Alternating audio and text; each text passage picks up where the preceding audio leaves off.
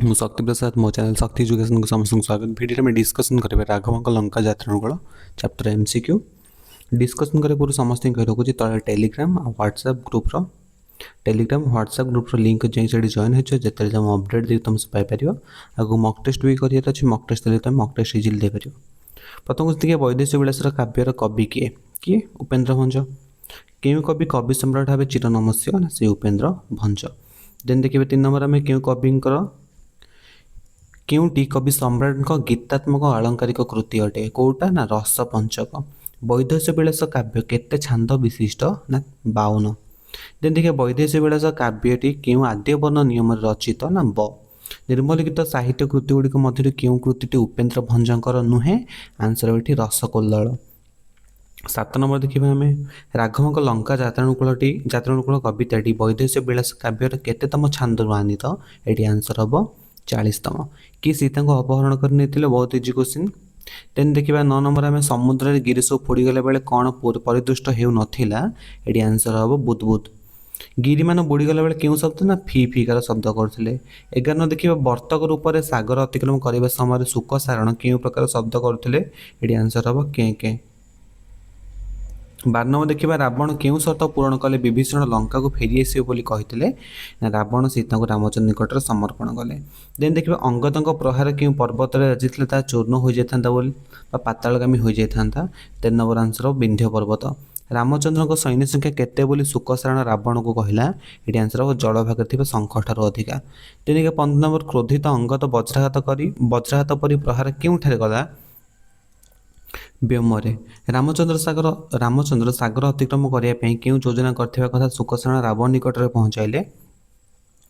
ନା କୁଶଶଯ୍ୟାରେ ଶୟନ କରିଥିଲେ। ଦେନ୍ ଦେଖିବା ରାମଚନ୍ଦ୍ର କେଉଁଥିପାଇଁ ସମୁଦ୍ରରେ ସେତୁ ବାନ୍ଧିବାକୁ ଚାହିଁଥିଲେ? କାହିଁକି ନା ସୀତାଙ୍କ ଉଦ୍ଧାର ପାଇଁ।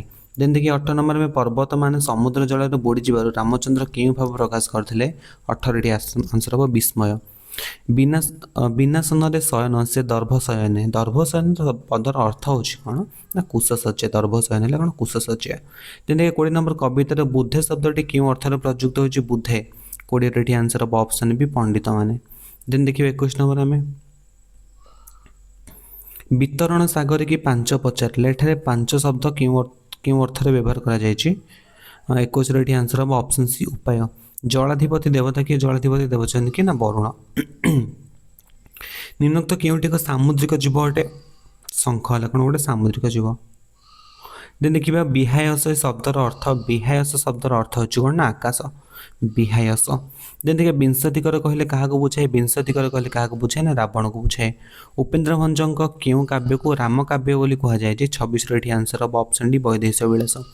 ବୁଧେ ଶୁଣ ଅନ୍ୟ ପ୍ରସଙ୍ଗକୁ ଡ୍ୟାସ୍। ବୁଧେ ଶୁଣ ଅନ୍ୟ ପ୍ରସଙ୍ଗକୁ 10 ଶିର। ବଜ୍ରାଘାତ ସମ ତଳ ପ୍ରହାରିଲା ବ୍ଯୋମେ ସେ। ବ୍ଯୋମେ ଡି ହେବ ଅପସନ୍। ଡ୍ୟାସ୍ ଭୁଞ୍ଜୁଥିଲୁ ବିଭୂତି ଭୂଷଣେ। 29ର ଏଠି ଆନ୍ସର ହେବ କ'ଣ? ବିଭୂତି କି ଭୁଞ୍ଜୁଥିଲୁ ବିଭୂତି ଭୂଷଣେ। ବାଦ ରଚାଇ ଡ୍ୟାସ୍ ବାହୁଡ଼ାଅ ସୈନ୍ୟ ଯେ। ବାଦ ରଚାଇ କ'ଣ? ପିତୃବ୍ୟ। ପିତାଙ୍କ ଶତ୍ରୁକୁ ଭକ୍ତି କରିବେ କେଉଁ କାର୍ଯ୍ୟ ନୁହେଁ ବୋଲି ରାବଣ ଶୁକସାରଣଙ୍କ ଦ୍ୱାରା ଅଙ୍ଗଦ ନିକଟକୁ ବାର୍ତ୍ତା ପ୍ରେରଣ କରିଛନ୍ତି? 31ର ଆନ୍ସର ହେବ ପୁଣ୍ୟ କାର୍ଯ୍ୟ। ପିତୃବ୍ୟ କହିଲେ କାହାକୁ ବୁଝାଇବା? ଆମେ ପିତୃବ୍ୟ ହେଉଛନ୍ତି ପିତାଙ୍କର ସାନ ଭାଇମାନେ, ଦାଦା। ଦେନ୍ ଦେଖିବେ ଅଙ୍ଗଦଙ୍କ ପିତାଙ୍କ ଶତ୍ରୁ କିଏ? ଅଙ୍ଗଦଙ୍କ ପିତାଙ୍କ ଶତ୍ରୁ ହେଉଛନ୍ତି କିଏ? ନା ରାମଚନ୍ଦ୍ର ଗଡ଼ ଅପସନ୍ ସି। ଦେନ୍ ଦେଖିବା ଆମେ 34 ନମ୍ବର ଶୁକସାରଣ ବାର୍ତ୍ତା ନେଇ କାହା ନିକଟକୁ ଯାଇଥିଲେ? 34ର ଏଠି ଆନ୍ସର ହେବ ଅଙ୍ଗଦ ବିଭୀଷଣଙ୍କ ନିକଟକୁ। ଦେନ୍ ଦେଖିବା ସୀତାଙ୍କୁ ସମର୍ପଣ କରି ଲଙ୍କା ପ୍ରତ୍ୟାବର୍ତ୍ତନ କରିବେ ବୋଲି କିଏ କହିଥିଲେ? ନା ବିଭୀଷଣ। ରାବଣଙ୍କ ବାର୍ତ୍ତା ଶୁଣି ଅଙ୍ଗଦ କି ପ୍ରତିକ୍ରିୟା ପ୍ରକାଶ କଲେ? ଏଠି ଆନ୍ସର ହେବ ଶୂନ୍ୟକୁ ବଜ୍ର ସମ ଚାପୁଡ଼ା ପ୍ରହାର କଲେ। ଦେନ୍ ଦେଖିବା ସାଗର ଅତିକ୍ରମ ନିମନ୍ତେ ରାମଚନ୍ଦ୍ର କେଉଁ ଉପାୟ ଅବଲମ୍ବନ କରିଛନ୍ତି ବୋଲି ଦୂତଦ୍ୱୟ ରାବଣକୁ କହିଲେ? କୁଶଶଯ୍ୟାରେ ଶୟନ କରିଛନ୍ତି। ଦେନ୍ ଦେଖିବା ରାମଚନ୍ଦ୍ରଙ୍କ କୁଶଶଯ୍ୟାରେ ଶୟନ କଥା ଶୁଣି ରାବଣ ଅଳ୍ପ ହସି ରାମଚନ୍ଦ୍ରଙ୍କ ହୀନ ପରାକ୍ରମ କହିଲେ। ଦେନ୍ ଦେଖିବା 39ର ରାଘବ କାହାର ଅନ୍ୟ ନାମ? ରାଘବ ହେଉଛି କାହାର? ରାମଚନ୍ଦ୍ରଙ୍କର। ଶୁକସାରଣ କାହାର ମନ୍ତ୍ରୀ ଥିଲେ? ରାବଣଙ୍କର। 41 ଦେଖିବା ରାମଚନ୍ଦ୍ର ଆଶ୍ଚର୍ଯ୍ୟାନ୍ୱିତ ହୋଇ କ'ଣ ଦେଖା କରିଥିଲେ? 41ର ଏଠି ଆନ୍ସର ହେବ ନିଶ୍ୱାସ।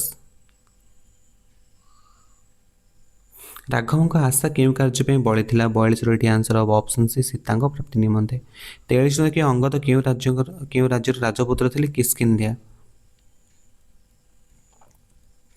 ଲଙ୍କପତିଙ୍କ ପାଇଁ କେଉଁ ପଦଟି କବିତାରେ कवि व्यवहार करना देवद्वीप विंशतिकर 10 सीट 10 आनन कौटके व्यवहार करना ना 10 आनन कवितार राघव शब्दटी क्या उद्देश्य व्यवहार कर रामचंद्र। देन देखिए 44 नंबर में कपि मैंने समुद्र पकाउଥିବା गिरी गुड़िक अवस्था किपरि होता सब बुड़ी जाऊला।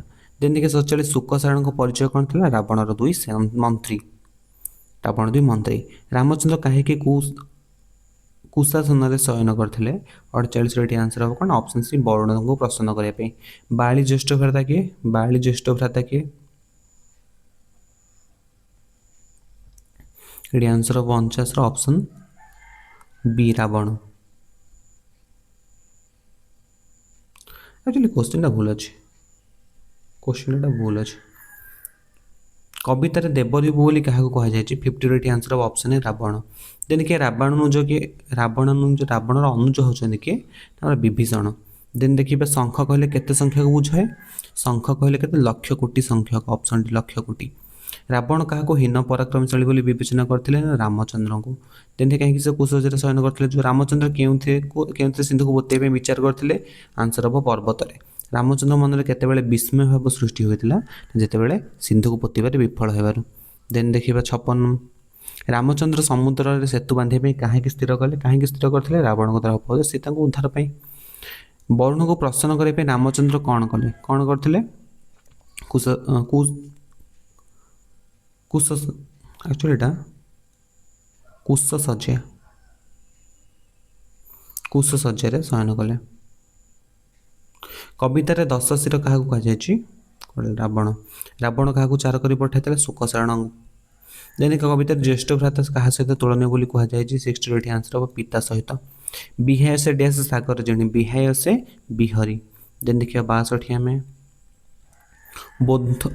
बोध उभय भय पड़ाए डैश जे टी कौन हम ना सत्वर। विचारे सिंधु पोतीजा डैश जे ना पर्वत। देन देखिए आम 64 बाजी थे चूर्ण बा डैश भजी थी बाजी थे चूर्ण बा पाताले भजी थी बंचिलु अंग दे अंग देबारु की धर्मे।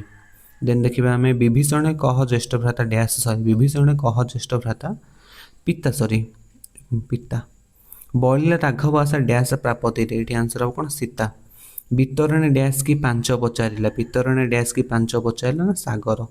बल केते बोलू बोले जेते डैश है जेते शंख से ही। ये तो क्वेश्चन वीडियो भल लगी समस्त वीडियो को लाइक करदे सांग सहित शेयर कर प्रथम थर विजिट करते चैनल को सब्सक्राइब कर पाखे बेल आइकन प्रेस करदे। Thank you.